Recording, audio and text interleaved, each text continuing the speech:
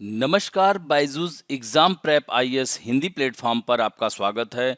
दोस्तों, आज हम लोग 15 मई 2022 के द हिंदू समाचार पत्र का विश्लेषण करेंगे, जो कि आपके आगामी संघ लोक सेवा आयोग की प्रारंभिक परीक्षा एवं मुख्य परीक्षा के दृष्टिकोण से लाभदायक सिद्ध हो सकता है। तो दोस्तों, सत्र को शुरू करने से पहले एक महत्वपूर्ण सूचना है।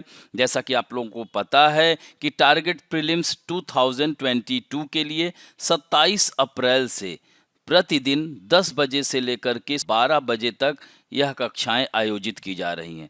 दोस्तों, अभी तक आप लोगों ने राज्य व्यवस्था, अर्थशास्त्र, अंतर्राष्ट्रीय संबंध, चर्चित स्थल, इसके साथ साथ रिपोर्ट एवं सूचकांक। दोस्तों, कल से साइंस एंड टेक्नोलॉजी यानी विज्ञान एवं प्रौद्योगिकी शुरू हो रहा है, जो कि आपकी परीक्षा के लिए बहुत ही महत्वपूर्ण सिद्ध हो सकता है। तो आप लोग ज़्यादा से ज़्यादा इसमें भाग लें और दोस्तों, like, share, subscribe, bell icon दबाना ना भूलें। अब आइए बढ़ते हैं आज के सत्र के विषय की ओर। तो पहला टॉपिक है क्षमा और परिहार, उन्हें कौन अनुदान देता है। तो दोस्तों, इसमें हम लोग बात करेंगे राष्ट्रपति और राज्यपाल की जो क्षमा करने की शक्ति है, यानी अनुच्छेद 72 एवं अनुच्छेद 161 का जिक्र करेंगे। दोस्तों, इसमें हम लोग राष्ट्रपति और राज्यपाल की जो क्षमा करने की शक्ति यानी अनुच्छेद 72 और अनुच्छेद 161 की चर्चा के साथ साथ इसमें जो कुछ महत्वपूर्ण शब्द हैं, जैसे लघुकरण, परिहार, विराम, प्रविलंबन और क्षमा, इन सब की शब्दावलियों के बारे में भी जानना आवश्यक है। कभी कभी डायरेक्ट आप लोगों की प्रीलिम परीक्षाओं में आ जाता है। दूसरा महत्वपूर्ण टॉपिक है पोर्ट की कॉल, यानी दोस्तों, क्या चटगांव बंदरगाह पर बांग्लादेश की सेवाओं की पेशकश से पूर्वोत्तर राज्यों को फायदा होगा? क्योंकि अभी हाल ही में बांग्लादेश की प्रधानमंत्री कौन है? शेख हसीना। इन्होंने भारत को चटगांव बंदरगाह का उपयोग करने की पेशकश की है। तब ऐसे में भारत और बांग्लादेश के बीच कह सकते हैं, खासकर पूर्वोत्तर भारत की प्रगति में यह बहुत बड़ा मील का पत्थर साबित हो सकता है। तो दोस्तों, इसमें हम थोड़ा सा भारत बांग्लादेश संबंधों की चर्चा करेंगे और इसके साथ साथ इन दोनों देशों के संबंधों के समक्ष चुनौतियां क्या हैं, उनकी भी चर्चा करेंगे। तीसरा महत्वपूर्ण टॉपिक होगा भारत का विदेशी मुद्रा भंडार क्यों गिर रहा है, तो इसके पीछे क्या कारण है। डॉलर की तुलना में रुपए का अवमूल्यन किस प्रकार आर्थिक स्थिति को प्रभावित कर रहा है, तो इन सब बातों की चर्चा करेंगे। चौथा टॉपिक होगा SIDS के जोखिम वाले शिशुओं के लिए ब्लड मार्कर की पहचान की गई है। दोस्तों, SIDS का मतलब क्या हुआ? अचानक शिशु मृत्यु सिंड्रोम। इसमें बच्चा सोते सोते मर जाता है, तो उसके बारे में हम बात करेंगे कि अचानक शिशु मृत्यु सिंड्रोम क्या होता है। और यह वैज्ञानिकों ने खोज निकाला है, ब्लड मार्कर की पहचान कर ली है, इससे इस बीमारी से निजात पाने में सहायता मिल सकती है। तो इस मृत्यु से पहले भेद्यता की यह जांच कर सकता है यह ब्लड मार्कर की पहचान के माध्यम से। तो ऐसे में ये कहा जा रहा है कि अचानक शिशु मृत्यु सिंड्रोम को इसके माध्यम से रोका जा सकता है। और अंत में हम बात करेंगे मुख्य परीक्षा अभ्यास प्रश्न, जिसमें 2 प्रश्नों के उत्तर की संरचना की चर्चा करेंगे। तो आइए पहले टॉपिक की ओर चलते हैं, pardon and remission, who grants them. दोस्तों, इसको भारतीय राज्य व्यवस्था से यानी संविधान से जोड़ सकते हैं। GS के सेकंड पेपर पृष्ठ संख्या 12 पे आया हुआ है। तो क्षमा और परिहार, तो दोस्तों, दोषियों को रिहा करने के लिए राष्ट्रपति और राज्यपाल की क्षमा शक्ति के अधिकार क्षेत्र कैसे भिन्न हैं। तो दोस्तों, पहले यह महत्वपूर्ण बिंदु है, इसको आप देख लीजिए कि सुप्रीम कोर्ट ने इस सवाल पर अपने आदेश को सुरक्षित रख लिया है कि क्या कोई राज्यपाल राज्य सरकार की सलाह को राष्ट्रपति के पास फैसले के लिए राष्ट्रपति के पास भेज सकता है। अदालत राजीव गांधी हत्याकांड में आजीवन दोषियों में से AG पेरारीवलन की एक याचिका की जांच कर रही, जिसमें तमिलनाडु सरकार द्वारा 2018 में उसकी रिहाई में देरी पर सवाल उठाया गया था, जिसमें संविधान के अनुच्छेद 161 के तहत मामले में सभी 7 दोषियों को रिहा करने की सिफारिश की गई थी। तो दोस्तों, असल में संविधान में तो यह लिखा है कि दूसरी बार भेजी गई सरकार की सहमति को राज्यपाल को मानना पड़ेगा, लेकिन कितने वक्त में, इसका कोई उल्लेख नहीं है। और इसी बात का फायदा राज्यपाल ने उठाया और अब तक फैसला नहीं लिया है। हालांकि मद्रास हाई कोर्ट और सुप्रीम कोर्ट लगातार राज्यपाल को कहा था कि इस पर फैसला ले, लेकिन वह यह देरी क्यों कर रहे हैं। और दोस्तों, यह घटना राजीव गांधी हत्याकांड 1991 में तमिलनाडु के श्री पेरम्बदूर में हुई थी। तो इस तरह से इस हत्या में श्रीलंका के आतंकवादी संगठन LTTE और भारत के कई लोगों को दोषी इसमें पाया गया था। तो दोस्तों, ऐसे में अब आता है राष्ट्रपति और राज्यपाल के क्षमा के अधिकार।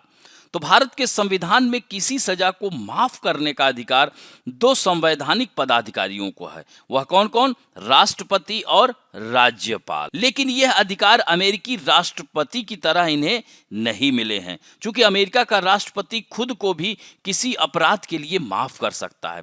सजा माफी के मामले में भारत के राष्ट्रपति या राज्यपाल मनमानी नहीं कर सकते। दोस्तों, अनुच्छेद 72 के तहत राष्ट्रपति सभी मामलों में जहां सजा या सजा कोर्ट मार्शल द्वारा है, सभी मामलों में किसी भी अपराध के लिए दोषी ठहराए गए किसी भी व्यक्ति की सजा को क्षमा, लघुकरण, राहत या छूट दे सकता है या निलंबित कर सकता है। इसी तरह से अनुच्छेद 161 के तहत राज्यपाल कर सकता है, लेकिन दोस्तों कोर्ट मार्शल के केस में नहीं कर सकता, फांसी की सजा के केस में, मृत्युदंड के केस में नहीं कर सकता। तो सजा माफी के मामले में भारत के राष्ट्रपति या राज्यपाल मन मर्जी नहीं कर सकते हैं। राष्ट्रपति को इसके लिए भारत सरकार और राज्यपाल को प्रदेश सरकार से अनुमति लेनी होती है। तो दोस्तों, माफी का यह प्रावधान इस भावना के तहत रखा गया है कि किसी बेगुनाह को सजा ना हो जाए।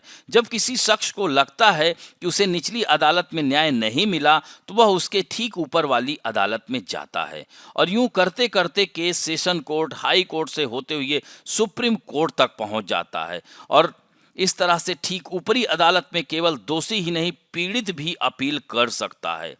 जैसे माना एक दोषी को हाई कोर्ट में 14 साल की सजा दी गई है, तो दोषी अपनी सजा कम करवाने के लिए सुप्रीम कोर्ट जा सकता है। दूसरी तरफ पीड़ित को यदि लगता है कि यह सजा दोषी के अपराध के हिसाब से कम है, तो वह भी दोषी की सजा बढ़ाने के लिए सुप्रीम कोर्ट जा सकता है। तो सजा देने के बाद, चाहे वह डिस्ट्रिक्ट कोर्ट हो, हाई कोर्ट हो या सुप्रीम कोर्ट हो, वह फंक्टस ऑफिसियो हो जाती है, यानी FUNCTUS, functus OFFICIO, functus officio हो जाती है।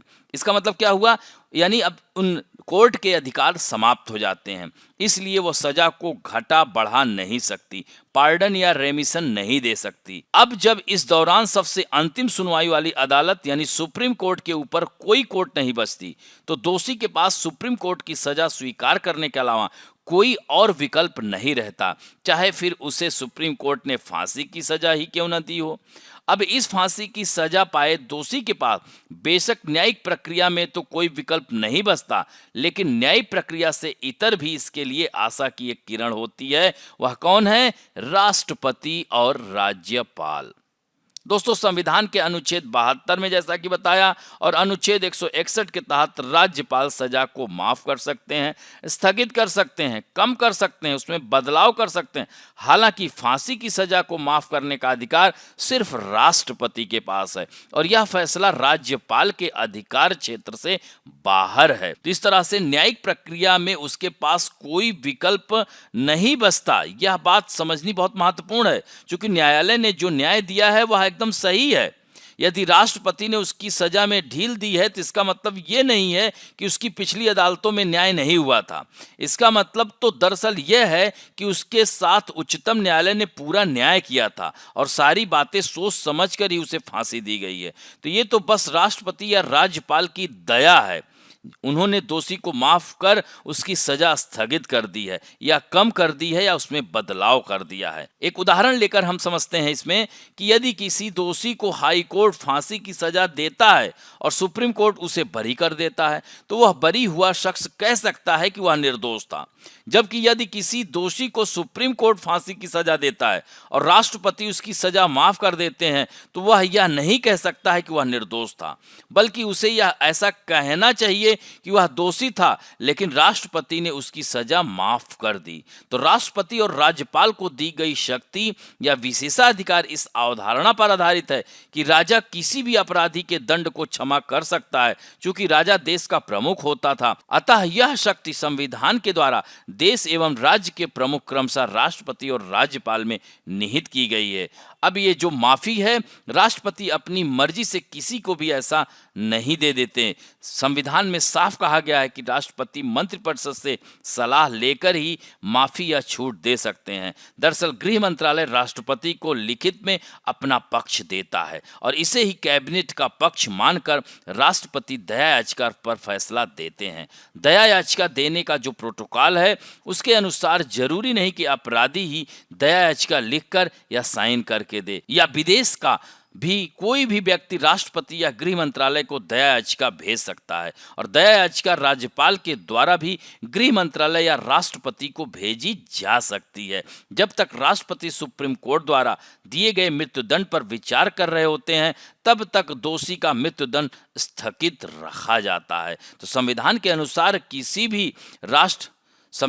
अनुसार भी राष्ट्रपति और राज्यपाल की क्षमादान की शक्ति न्यायिक समीक्षा से परे है। लेकिन इस पूरी माफी प्रक्रिया में चूंकि राष्ट्रपति या राज्यपाल मंत्रिपरिषद के निर्णय के आधार पर फैसला लेते हैं, इसलिए कई बार निर्णय राजनीति से प्रेरित भी देखे गए हैं। और यही कारण है कि 2006 में एक केस की सुनवाई के दौरान उच्चतम न्यायालय को यह कहना पड़ा था कि अनुच्छेद 72 और 161 के अंतर्गत राष्ट्रपति और राज्यपाल की शक्तियों का प्रयोग राजनीतिक फायदे के लिए किया गया है, तो उसे न्यायालय में चुनौती दी जा सकती है। तो दोस्तों, यहां पर आप लोगों ने देखा कि राष्ट्रपति और राज्यपाल की जो क्षमा करने की जो शक्ति है, तो राज्यपाल जैसे कोर्ट मार्शल के केस में, मृत्युदंड के केस में वह माफी नहीं कर सकता। और दोस्तों, यहां पर 2-3 बिंदु हैं, यानी अनुच्छेद 72 और 161 के तहत क्या कहा जाता है, लघुकरण, परिहार, विराम, प्रतिलंबन, क्षमा।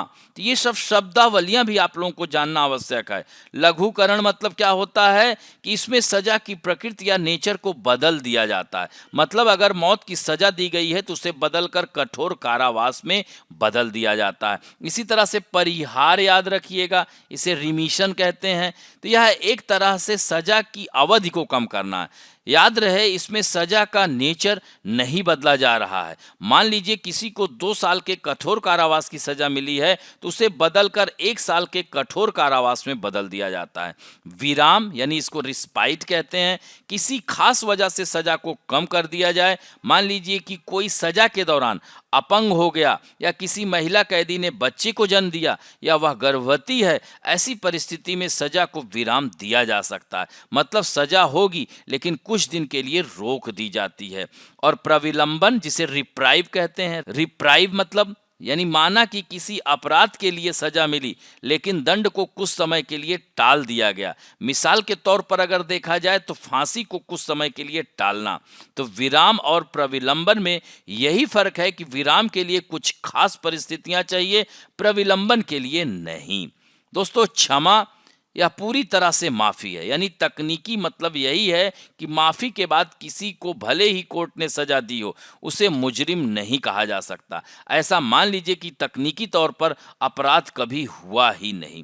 तो इस तरह से इन शब्दावलियों के बारे में भी ध्यान रखिएगा। अब बढ़ते हैं दूसरे महत्वपूर्ण, यह पृष्ठ संख्या 12 पे ही, इसको अंतर्राष्ट्रीय संबंध से हम जोड़ सकते हैं, कॉल ऑफ पोर्ट।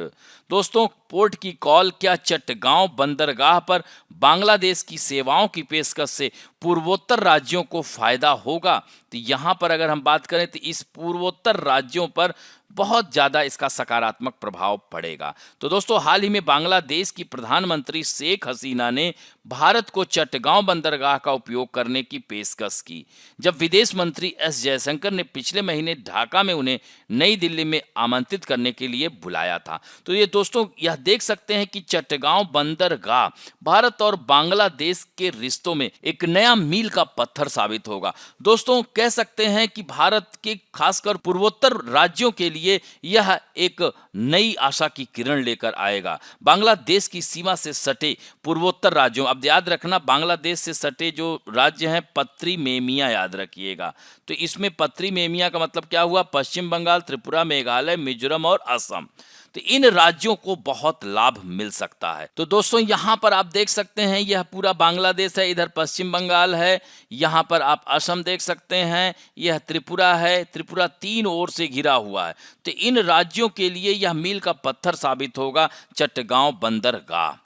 दोस्तों विभाजन के पूर्वोत्तर में व्यापार को कैसे प्रभावित किया था? दोस्तों जब भारत हमारा स्वतंत्र हुआ था यानी 1947 में, उसी समय भारत का विभाजन हुआ तो भारत पाकिस्तान 2 देशों में बंट गया। तो पाकिस्तान का एक पूर्वी पाकिस्तान वाला हिस्सा जो वर्तमान बांग्लादेश कहलाता है, उस समय ब्रह्मपुत्र और बरक नदी प्रणालियों के माध्यम से वर्तमान बांग्लादेश में बंदरगाहों विशेष रूप से चटगांव तक आसान पहुंच थी। और 1947 में विभाजन ने इन नदियों और स्थानीय स्तर पर सीमा व्यापार के माध्यम से चाय, लकड़ी, तो जब हमारा भारत स्वतंत्र हुआ था तो उस समय यह परिस्थितियां एकदम अनुकूल थीं। उस समय असम प्रति व्यक्ति आय सबसे अधिक हुआ करती थी, लेकिन व्यापार की मात्रा भारत पाकिस्तान के बीच जब संबंधों में खटास आने लगी, खासकर 1965 का भारत पाकिस्तान का युद्ध पूरी तरह से पूर्वोत्तर अलग थलग पड़ गया। और पश्चिम बंगाल में अगर देखा जाए तो ये चिकन नेक की बात की जाती है ना, पश्चिम बंगाल यहाँ तक है, तो यह चिकन नेक की जो पट्टी है उसके माध्यम से माल की आवाजाही इस क्षेत्र से, लेकिन यह बहुत ही महंगा साबित हो रहा था। यहाँ पर अगर मानचित्र में देखा जाए तो अभी ये पूरा बंद कर दिया गया, तो अभी यहाँ से इस तरफ से आना तो ये काफ़ी महंगा पड़ रहा था। तो इस तरह से पूर्वोत्तर राज्य का विकास थम सा गया। फिर उसके बाद क्या, बांग्लादेश बनने के बाद परिस्थितियां बदल गईं। तो 1971 में भारत की मदद से बांग्लादेश का निर्माण तो हुआ, लेकिन पूर्वोत्तर के लिए पारंपरिक नदी और भूमि व्यापार संचार मार्गों के पुनरुद्धार में तब्दील नहीं हुआ। यानी कह सकते हैं कि दोनों देशों के बीच अविश्वास की डिग्री मुख्य रूप से बांग्लादेशी मुद्दे और बांग्लादेश में असंख्य पूर्वोत्तर चरमपंथी समूहों द्वारा स्थापित शिविरों के कारण मामलों में कोई मदद नहीं मिली और पूर्वोत्तर क्षेत्र का विकास रुका रहा। इसके अलावा दोनों देशों ने व्यापार और वाणिज्य के अवसरों को अधिक बारीकी से देखा भी नहीं। फिर परिदृश्य बदलना शुरू हुआ। शेख हसीना की आवामी लीग सरकार ने 2009 में कार्यभार संभाला और इस तरह से 2015 में विवादित भूमि समझौते पर हस्ताक्षर के बाद अविश्वास कम हो गया और तेजी से विकास कार्यक्रम बढ़ा। और इस तरह से दोनों देशों ने जल मार्ग, सड़क मार्ग, रेल मार्ग में की क्षमता में सुधार के प्रयास किए। अगरतला और कोलकाता के बीच ढाका होते हुए एक बस से लेकर के बार्ज पर कार्गो की आवाजाही तक ट्रायल रन, ट्रांसशिपमेंट सफलतापूर्वक किए गए और इस तरह से डेवलपमेंट शुरू हुआ और बांग्लादेश भी आज उसकी अर्थव्यवस्था अच्छे देशों में गिनी जा रही है। तो इस तरह से बांग्लादेश के पीएम के यह प्रस्ताव का क्या आशय था, तो खासकर कह सकते हैं कि पिछले 5 वर्षों में भारत और बांग्लादेश के बीच द्विपक्षीय संबंधों में वृद्धि की यह कुंजी रहा है। यानी एक्ट ईस्ट नीति इस क्षेत्र पर केंद्रित है और दोनों देशों के बीच सहयोग की यह नई इबारत लिखी जा रही है। और इस तरह से इस बंदरगाह के महत्व ने ब्रिटिश प्रशासकों को चटगांव बंदरगाह के क्षेत्र सुदूर हिस्सों जैसे अरुणाचल प्रदेश, असम सीमा के पास अब निष्क्रिय लेख पानी स्टेशन तक माल भेजने के लिए असम बंगाल रेलवे मार्ग का निर्माण किया गया है। तो दोस्तों इस तरह से पूर्वोत्तर राज्यों के लिए यह बहुत लाभदायक सिद्ध होगा। दोस्तों भारत की मुख्य भूमि और बांग्लादेश के माध्यम से पूर्वोत्तर के बीच एक बहुविध दृष्टिकोण के माध्यम से संपर्क की आवश्यकता लंबे समय से महसूस की जा रही है और यह आकलन के बाद पिछले 5 वर्षों में जमीन पर काम शुरू किया गया और पूर्व विभाजन व्यापार मार्गों को फिर से खोलने से पूर्वोत्तर के लिए परिवहन की लागत और समय कम हो जाएगा और इस तरह से कह सकते हैं कि बांग्लादेश के लिए भी राजस्व उत्पन्न होगा। भारत सीमा के दोनों ओर बुनियादी ढांचों पर विकास कार्यक्रम चल ही रहे हैं। मार्च 2021 में दोनों देशों के प्रधानमंत्रियों ने फेनी नदी पर बने एक पुल मैत्री सेतु का भी उद्घाटन किया, जिसने दक्षिणी त्रिपुरा में सबरूम और चटगांव बंदरगाह के बीच की दूरी को 111 किलोमीटर तक कम कर दिया है। सरकार सड़क और रेल कनेक्टिविटी सहित सबरूम में एक मल्टी मॉडल ट्रांजिट हब पर काम कर रही है, जो कुछ घंटों में माल को चटगांव बंदरगाह तक पहुंचने में मदद कर सकता है। तो दोस्तों इस तरह से देख सकते हैं कि कितना तेजी से विकास हो रहा है, खासकर बांग्लादेश का भी और पूर्वोत्तर भारत का भी। लेकिन भारत बांग्लादेश संबंधों में के समक्ष कुछ चुनौतियां भी हैं, जैसे तीस्ता नदी विवाद। हालांकि इसको भी आने वाले दिनों में समाप्त किया जाएगा।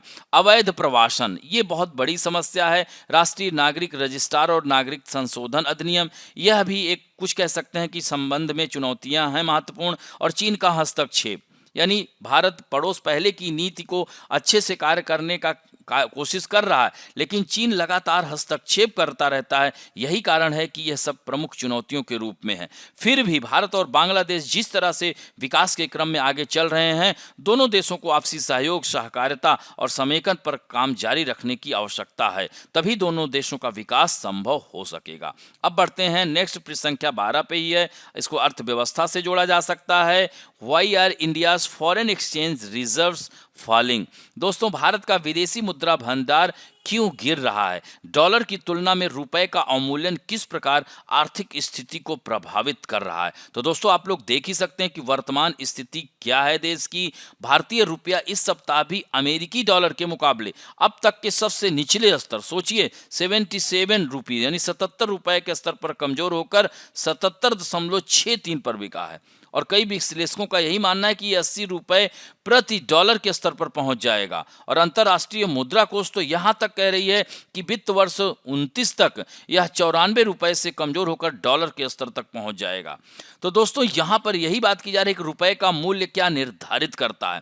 तो ध्यान रखेंगे, किसी भी मुद्रा का मूल्य मुद्रा की मांग के साथ उसकी आपूर्ति से निर्धारित होता है। और जब किसी मुद्रा की आपूर्ति बढ़ती है तो उसका मूल्य क्या होता है? गिर जाता है। और दोस्तों, दूसरी ओर जब किसी मुद्रा की मांग बढ़ती है तो उसका मूल्य बढ़ जाता है। तो व्यापक अर्थव्यवस्था में केंद्रीय बैंक मुद्राओं की आपूर्ति का निर्धारण किया जाता है, जबकि मुद्राओं की मांग अर्थव्यवस्था में उत्पादित वस्तुओं और सेवाओं की मात्रा पर निर्भर करती है। और दोस्तों, विदेशी मुद्रा बाजार में रुपए की आपूर्ति आयात और विभिन्न विदेशी संपत्तियों की मांग से निर्धारित होती है। इसलिए यदि तेल आयात करने की उच्च मांग है तो इससे विदेशी मुद्रा बाजार में रुपए की आपूर्ति में वृद्धि हो सकती है और रुपए के मूल्य में गिरावट आ सकती है।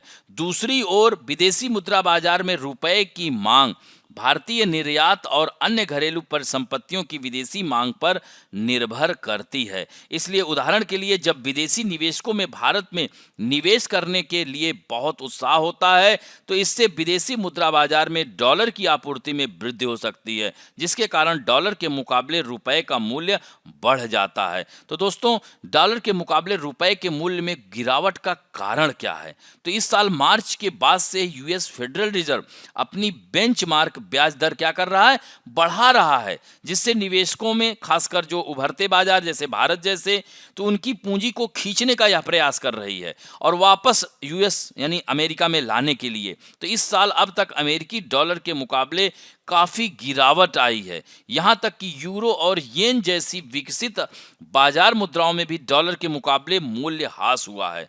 तो दोस्तों, डॉलर सूचकांक इस साल अब तक 8% से अधिक ऊपर है। और वास्तव में कुछ विश्लेषकों का यही मानना है कि इस महीने की शुरुआत में दर बढ़ाने का आरबीआई का आश्चर्यजनक निर्णय भारत से पूंजी के किसी भी तेजी से बहिर्वाह को रोककर रुपए की रक्षा करने के लिए हो सकता है। तो 2013 में अमेरिकी फेडरल रिजर्व के अपने बॉन्ड खरीद कार्यक्रम को कम करने के फैसले से निवेशकों को डराने के बाद लगभग 3 महीने में डॉलर के मुकाबले रुपया 15% गिर गया, जिसने दीर्घकालीन ब्याज दरों को कम रखने में निर्यात के मूल्य के बीच के अंतर को कम रखने में मदद की थी। इसके अलावा भारत का चालू खाता घाटा, जो अन्य बातों के अलावा वस्तुओं और सेवाओं के आयात और निर्यात के मूल्य के बीच के अंतर को मापता है, चालू वित्त वर्ष में सकल घरेलू उत्पाद के 3.3% के 10 साल के उच्च स्तर पर पहुंचने की उम्मीद है, जैसा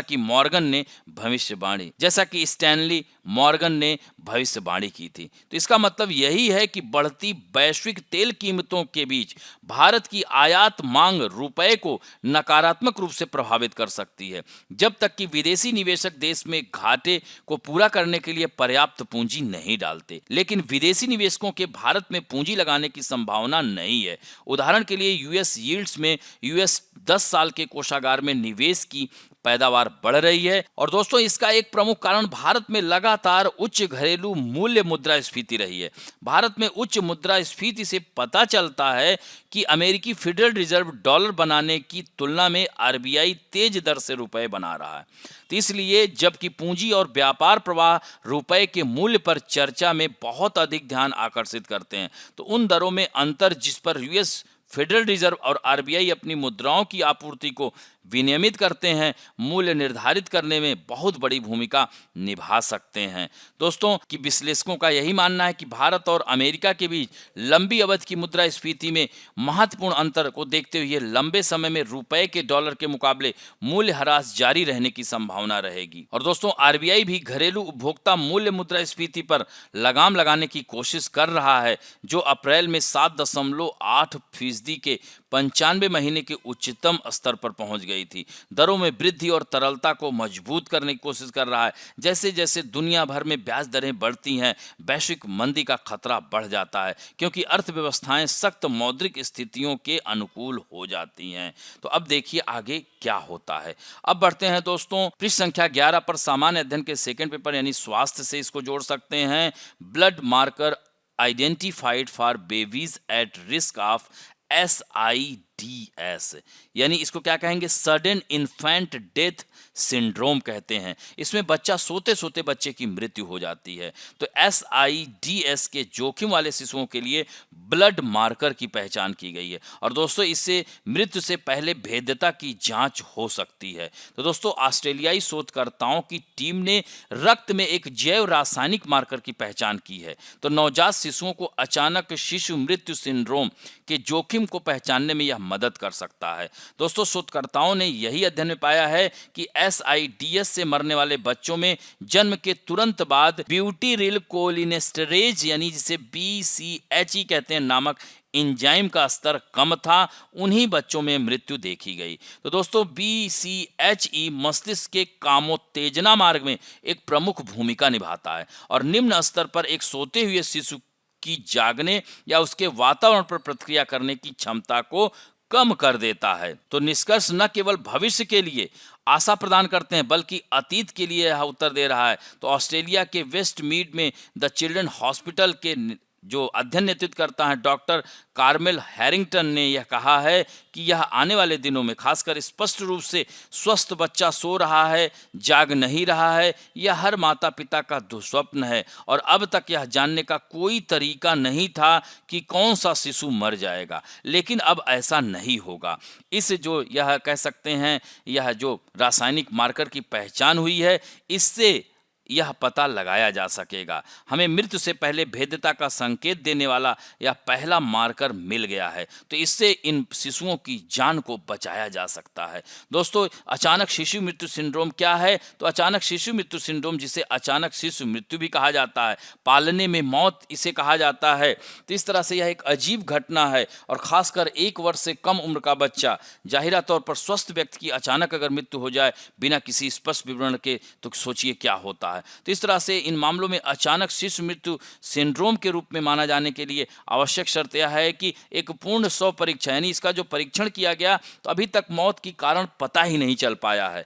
हालांकि इसमें यही कहा, और खासकर ज्यादातर यह जैसे मेल फीमेल बेबी में, तो खासकर यह मेल बेबी में ज्यादा देखने को मिलता है। तो दोस्तों इसके लिए हालांकि अभी इसका कोई ठोस उपाय नहीं हो पाया है, लेकिन फिर भी इसको protect the child from SIDS। तो दोस्तों इसके लिए क्या है कि हमेशा बच्चे को उसकी पीठ पर रखें और एक ठोस सतह पर बच्चे को लिटाएं। बहुत सॉफ्ट बिस्तर नहीं होना चाहिए। माता पिता के रूम में एक ही कमरे में बच्चों को बिस्तर पर रखें और बीच बीच में देखते रहें। मुलायम गद्दों से बचें। तो ये सब देखिए यहाँ पर सारा पॉइंट्स दिए गए हैं, इसे ध्यान रखेंगे। और कमरे के तापमान को नियंत्रित करें, यानी जांच लें कि कमरे का तापमान बहुत अधिक नहीं है। आदर्श तापमान वह है जिसमें एक वयस्क हल्के कपड़े पहनने में सहज होता है। और सोने से पहले पैसिफायर या बोतल का इस्तेमाल करें। बच्चे के आसपास धूम्रपान ना करें। शराब और नशीली दवाओं के उपयोग से बचें। लैक्टेशन यानी स्तनपान की आदतों में कमी देखी गई है। श्वसन पथ को प्रभावित करने वाले संक्रमण जो इस सिंड्रोम की उपस्थिति को प्रभावित कर सकता है। तो इन सब चीज़ों को करने से इससे बचा जा सकता है। हालांकि अभी इसके स्पष्ट कारण नहीं है, लेकिन यह खोज बहुत महत्वपूर्ण हो सकती है। इस जैव रासायनिक मार्कर की वजह से इसकी भेद्यता को कम किया जा सकता है। अब बढ़ते हैं दोस्तों मुख्य परीक्षा अभ्यास प्रश्न। दोषियों को रिहा करने के लिए राष्ट्रपति और राज्यपाल की क्षमा शक्ति सरकार के अधिकार क्षेत्र से कैसे भिन्न है? तो दोस्तों राजीव गांधी हत्याकांड का जिक्र करते हुए आपको अनुच्छेद 72 और 61 का भी जिक्र करना है, और मुख्य भाग में राज्यपाल और राष्ट्रपति दोनों को संविधान द्वारा क्षमा की संप्रभु शक्ति के साथ निहित किया गया है। तो इस तरह से राष्ट्रपति और राज्यपाल के क्षमा के अधिकार को इसमें आपको बताना है और अंत में निष्कर्ष पे जाना है। दूसरा महत्वपूर्ण है, चटगांव बंदरगाह पर बांग्लादेश की सेवाओं की पेशकश से पूर्वोत्तर राज्यों को लाभ होगा। चर्चा करें। निसंदेह कह सकते हैं कि लाभ होगा। इसमें हम भारत बांग्लादेश संबंधों की बात करेंगे, बांग्लादेश बनने के बाद क्या परिस्थितियां बदली, बांग्लादेश के पीएम के प्रस्ताव का क्या आशय है, और चुनौतियों की चर्चा करते हुए अंत में आपको निष्कर्ष पर पहुंचना है। दोस्तों इस तरह से आज का अंक यहीं समाप्त करते हैं। आशा करता हूं कि आज का वीडियो आप लोगों को अच्छा लगेगा, और यदि अच्छा लगे तो please like, share, subscribe, bell icon दबाना ना भूलें। साथ साथ कमेंट भी जरूर करें। धन्यवाद।